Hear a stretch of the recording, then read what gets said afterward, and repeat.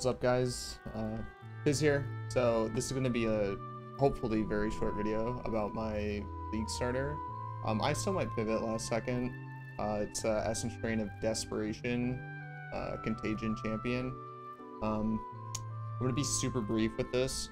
I was really looking forward to the Call to Arms change and playing an auto cry slammer. Was really looking forward to that. GG kind of pulled the rug out from under us, and it killed a lot of my hype for the league. That said, I still cooked this up. Might still pivot last second. A lot of that bull lightning stuff does look kind of cool. But so far, I've spent some time cooking this PoE. Essence Strain Contagion Champion is something I played in 3.20. I like the build a lot. There's some changes to it with the new Essence Strain of Desperation buff that I think make it actually pretty good again in terms of a league starter. So I just threw in a random T16 map. So this is not my exact character. This is a 3.20 character that died in HSF. With some bog standard gear. It is just some random stuff. This is like probably like what I would consider day 2 gear. Vendored +1 wands with multi-mod. You would be able to make this very quickly on league start. You can mule wands in Act 1 with a level 2 character and hit them with a few alterations, and you're basically guaranteed to get +1 very quickly. So you can do that and then just bench on Chaos Stop Multi. Once you get the divines for a meta mod, then you can just throw on increased chaos damage with the chaos skill effect duration, and there you go. You have the ones that I have. This is like day 2 gear. It's on a 5 link. This is a level 20 Essence Strain of Desperation. The base damage of this gym that you are about to see at level 23 is lower than the base damage at level 20 once the patch hits. So the damage that you're looking at here, you're going to be doing probably 2 to 3 times the damage realistically from the Essence Strain itself. I do have Blight on a 4 link, and it's linked with Efficacy, which is a terrible support for Blight, so it's like a 3.5 link. And you would want Deli, I believe it's Delirium graphic gloves for the 30% more damage well socketed. That is on these gloves. So this is very, very basic gear. On league start, the build that I'm using does not use Devouring Diadem. I don't have extra R's in this, so this is just a really quick, dirty showcase, okay? The only unique in the build is Profane Proxy. It's not mandatory, but I did it to just automate the curse and save a socket. So let's go ahead and get it started. So we use RF to proc our Adrenaline. And oh, by the way, do not judge the tankiness off this. This character does not even have capped spell suppression or capped LE res. So if I randomly get chunked, that is why. So really smooth to play. All you do is you throw Essence Strain down, hit Contagion, and you just kind of blast. And it really is that simple. Pop the RF to reapply my Adrenaline. And we're just kind of juicing. Ye old Essence Strain. So yeah, again, 5 link, free buff, league start here. Yeah, that fire damage hurts. That's it. So walk in the boss room, throw down Essence Strain, hit Vol Blight, reapply my Adrenaline so I actually deal damage. Yeah. I mean, it should be really chill to league start with, honestly. Pretty strong. I was really surprised with like how smooth this felt to play.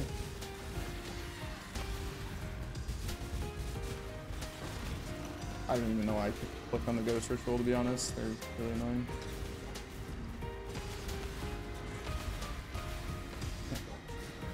Chasing ghosts around, there we go. Okay.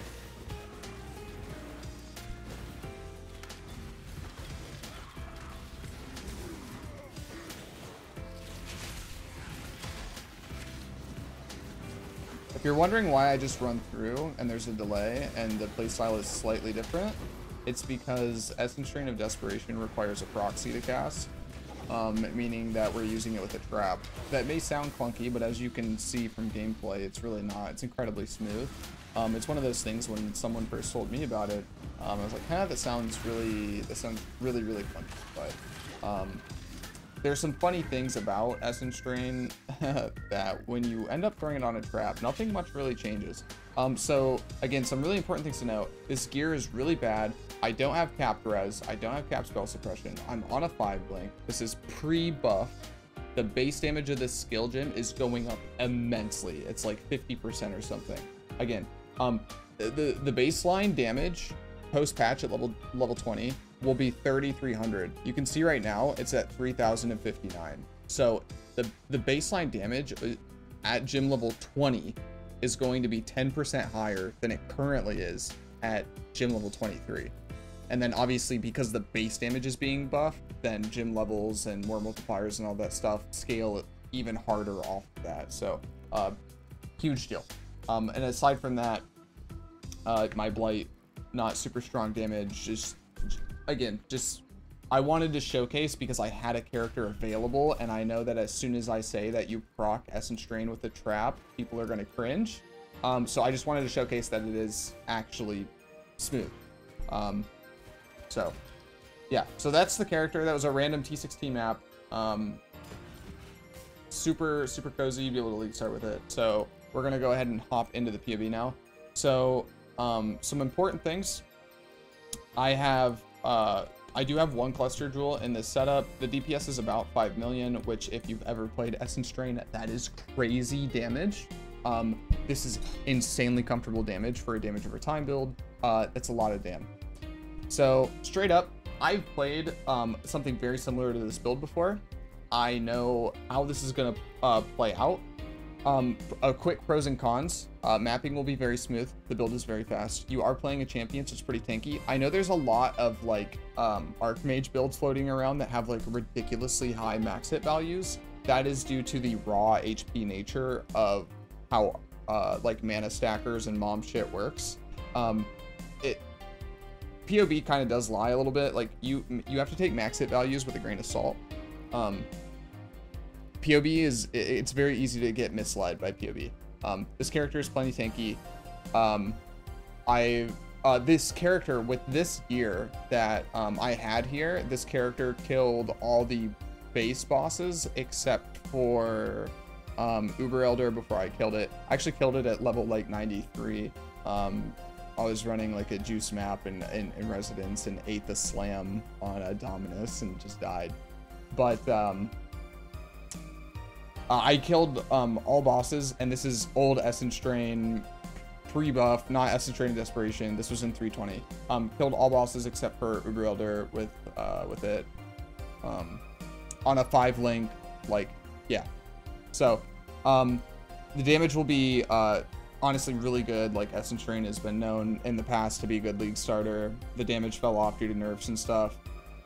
Essence Drain of Desperation with this new buff is getting all that damage back and plus some. The reason that I am playing Champion is because Champion ends up being like one of the actual best ways to scale your damage, simply because Adrenaline is a really cracked mechanic.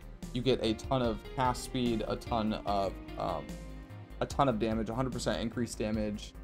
You get a bunch of movement speed, which helps considering we don't use shield charge or anything like that. We only have flame dashes or movement ability. And finally, it gives you a flat 10% PDR, which is really nice considering that we dual wield wands. And we dual wield wands because we're a champion, we're innately tanky. We get 4 to 5 for free, and then obviously we get a free banner, which is more tankiness, and then a bunch of aura effect. That's how we have 40,000 armor and a little bit shy of 6,000 evasion. Anyway, so the big thing here is we path out left side. On League Start, I do have 2 trees here. I have a pre-cluster tree, so you can see the pre-cluster tree is 4.2 mil. I believe this is with Ball Blight checked, by the way. So if we uncheck this, it's 3.7 mil without the cluster, and it's 4.4 mil with the cluster. This is just the level TR POB thing I have down here is I couldn't decide if I wanted to path right side or left side. At League Start, and then obviously I go down the right side here because I will be leveling with Toxic Rain, just because you get to take what is effectively almost exactly the same tree with like 8 passives to respec, and then just whenever you swap, you can either swap to Essence Drain Contagion at Library in Act 3, or you can swap once you get farm Essence Drain of Desperation. You can play this with normal ED Contagion, that's what I did in 320. The difference is you will just deal less damage, and you don't want to use trap support with it if you're using normal Essence Drain. The reason that you need to use a trap with Essence Drain of Desperation is because Essence Drain of Desperation, like look at this, it does on, this is not the right tree.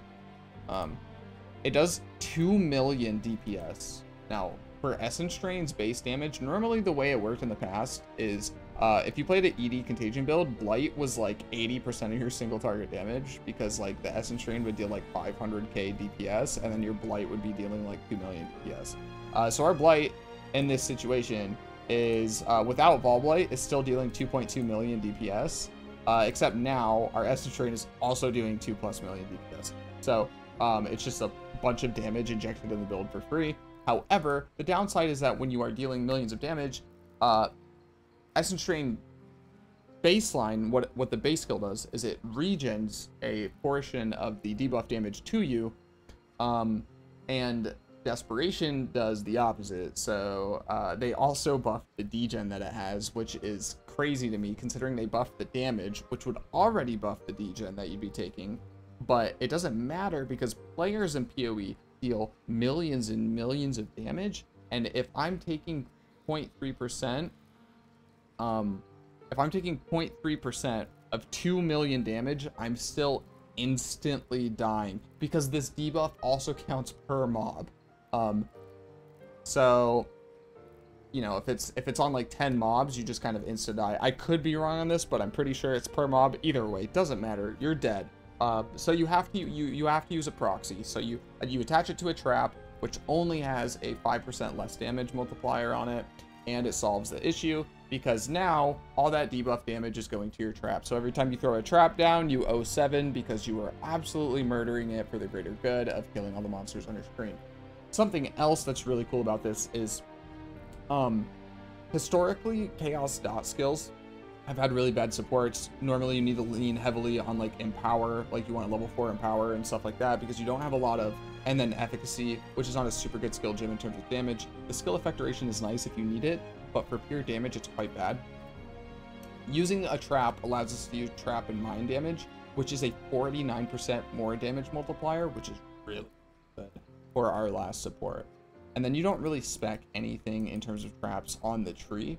The only nodes that I took was expeditious munitions, because it gives us 20% trap throwing speed, which by the way, the trap support that I used in that showcase, it was like a level 18 trap and it had no quality. So you will get more trap throwing speed and well, just more damage from level 10, but you'll have more trap throwing speed on an actual character. You also go for trap throwing speed implicit on gloves, so you'd have even more. Not that it's clunky anyway, but it'll be even faster than what you saw.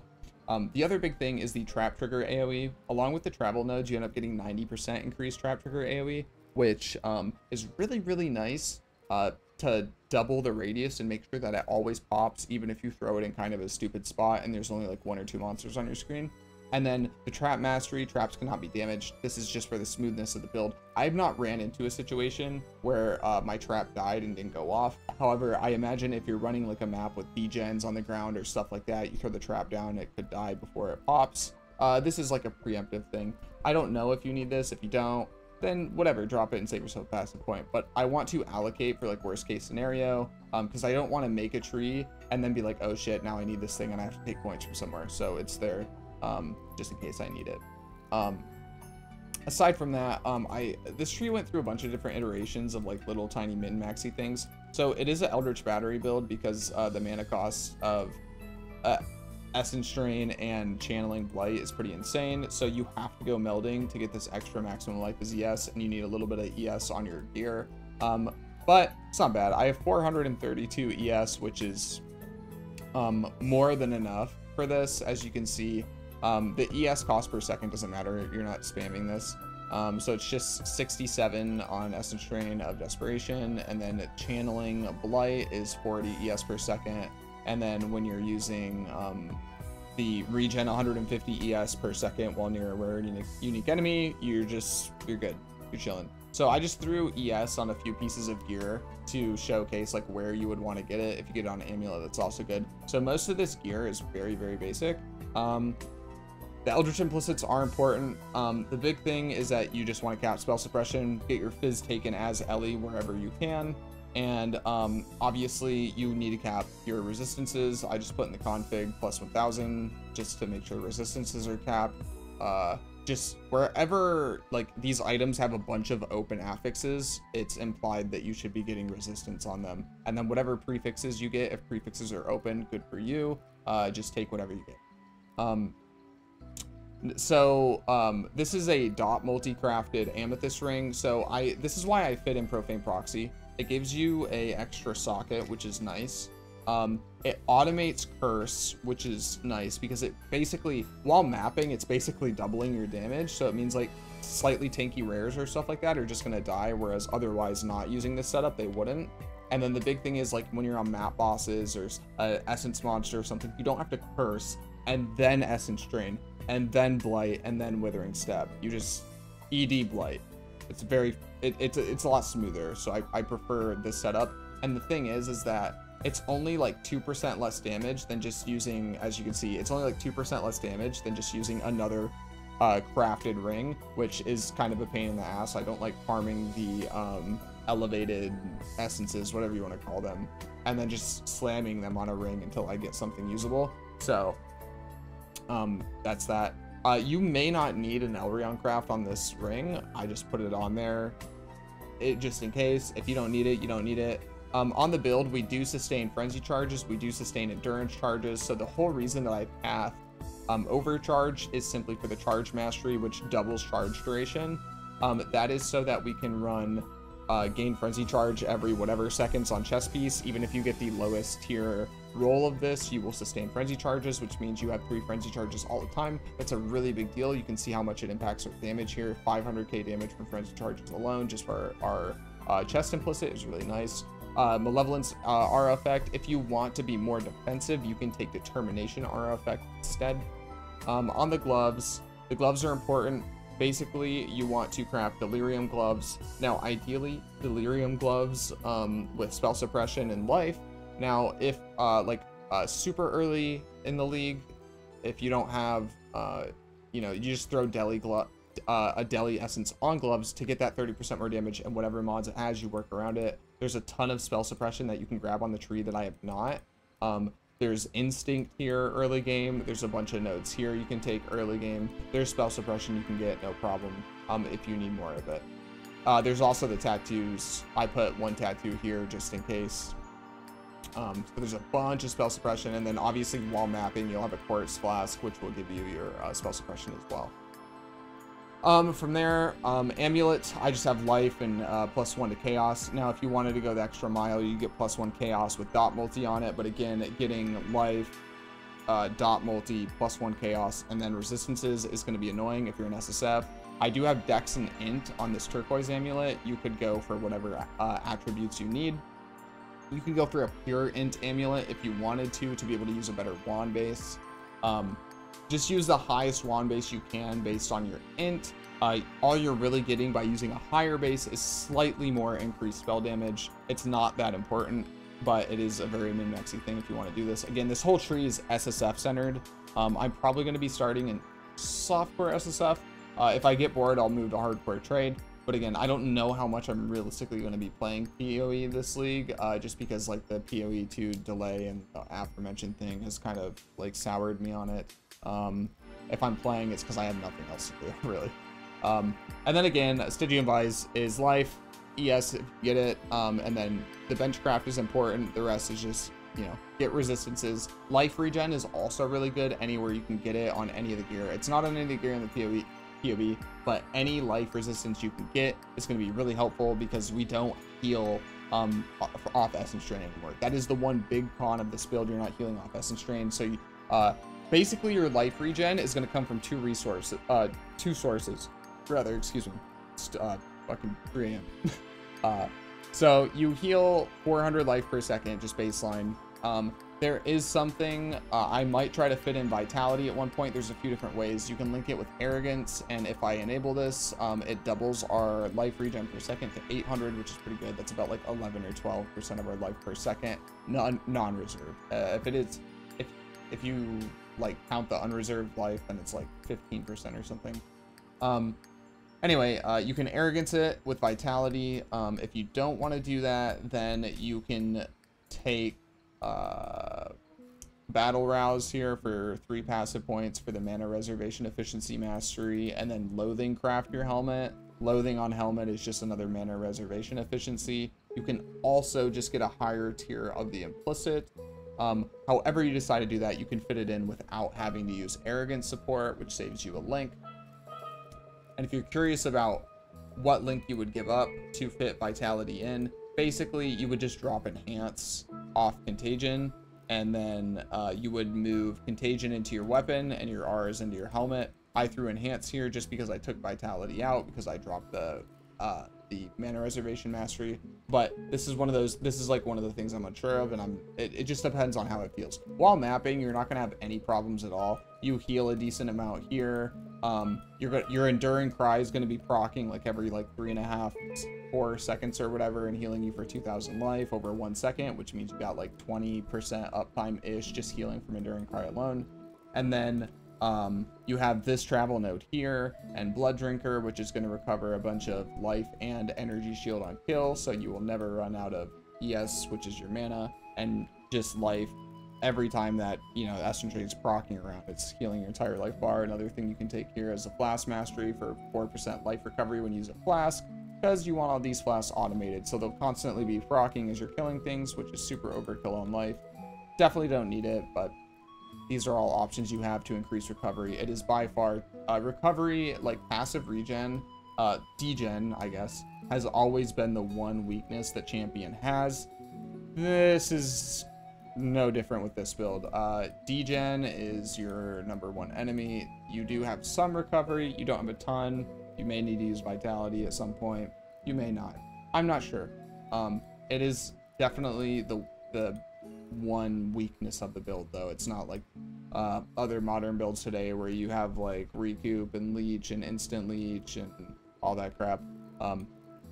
This is the one big weakness. You'll need to play around on the build. It could be completely fine, but just be prepared. You'll be pretty tanky against hits, but if there's a degen on the ground and you're not killing stuff, chances are it will actually degen you, because you only have about like 7-8% whatever life regen per second. You don't have a ton. And yeah, that's pretty much everything. Just make sure that your profane proxy, when you get it, is in your left ring slot, so you replace the chill with despair. I know chill is a really good defensive layer, but honestly, blight already slows the shit out of things. Hinder from Vol Blight also slows things and hits your entire screen when you proc it, so most cases this isn't a big deal. If you really wanted to, like for bossing, you could replace this with a different ring to get like more tanky stats. And then because we have so much skill effect duration with this, when you self-cast your curse, it lasts for like 45 seconds. So if you wanted to replace profane proxy for bossing, because you want the chill to help deal with mechanics, the chill is really strong while bossing, or any form of slow, temp change is good too, stuff like that. You can absolutely replace this ring, but for like mapping, it feels amazing. I tested it, feels great. And that's pretty much everything. If you guys have questions, let me know. On the jewels, they're all the same. It's just life, generic.multi, chaos.multi. These are not hard to craft. They're pretty simple. Just you want to fit them in wherever you can, because .multi is king when it comes to chaos dot. And then the cluster jewel is a bog standard generic chaos damage cluster. You want Unholy Grace, Unwavering Evil, and Wicked Paul. Those are just the high damage ones. And then both of these are identical as well. I take Student of Decay for damage over time and Chaos Res, and Flow of Life with max life, damage over time, and some life regen. So we're getting some life regen there. And that's pretty much everything. I think I covered everything. The build's super smooth. Going through the skill list real quick. Essence Strain of Desperation, Contagion with Ink AoE, Intensify and Enhance. This just gives you like 3 radius. I believe yeah, it gives you 3 radius. So if you have a level 3 enhance, it gives you 2 radius. If you have a level 4 enhance, it gives you 3 radius. Not that important. Sometimes it might make the difference. I didn't have anything else to throw in there if I wasn't using Vitality, so that's what I'm using for now. You don't have to do this. It's just there to fill the slot. So something you can do if you're a min-maxy sweaty nerd is there's Contagion of Subsiding. So the Contagion of Subsiding actually has about almost the same base damage as normal Essence Drain, meaning it is quite strong. The gimmick is that like whenever it changes, it loses damage. However, if you wanted to add an extra button to your rotation for bossing to get some more damage, you can swap out gyms while bossing and drop your Contagion with Intensify, Ink AoE, and Enhance, and instead use Contagion of Subsiding with Void Manipulation, Controlled Destruction, and probably Efficacy, or we'll throw in Efficacy, just so you don't have to recast it too often for damage. And you'll notice that it is actually a pretty large damage increase. It's a 9% damage increase, where otherwise Contagion would be 0.5, so it's pretty bad, right? However, if you swap to this, you get almost a 10% damage increase. That's pretty good, man. That's pretty good. It's an extra 400k DPS if you want to add that one extra button into your rotation every, I would say like maybe like every 8 seconds you're casting this. So basically whenever you renew your Essence Drain, like every 8 to 10 seconds, you would also use Contagion. So this may seem really sweaty and it may seem over the top, but a 9% damage increase is not bad. And I find that from playing ED Contagion builds, you get so used to Essence Drain Contagion, Essence Drain Contagion, Essence Drain Contagion, Essence Drain, like, so that 90% of the time, even when I'm bossing, whenever I renew Essence Drain, I just kind of subconsciously the muscle memory kicks in and I cast Contagion anyway. So it's something to think about. You would obviously need to farm this Transfig and SSF. If you're in trade, then you're in trade, good job. You don't need to do that. Other options you have, you can use Defiance of Destiny if you want. If you drop it, you can also, for tankiness, you can also use Eternal Damnation. Replica Dragon Fang's Flight would also be really, really good in this build. It would be a ton of damage, especially after the buff, the huge buff that Essence Drain is getting. It'd be really, really good. So, and it gives you more reservation efficiency, so that would allow you to fit in Vitality. So this would be honestly a really, really strong option. If you're playing in Trade League, I'm playing SSF, so the likelihood that I would ever get this is just like winning the lottery type, given how many variants there are of this amulet. But it's going to be an Essence Drain Replica Dragon Fang's Flight is going to be ridiculously cheap in trade. Even in hardcore trade, this is going to be worth pennies probably.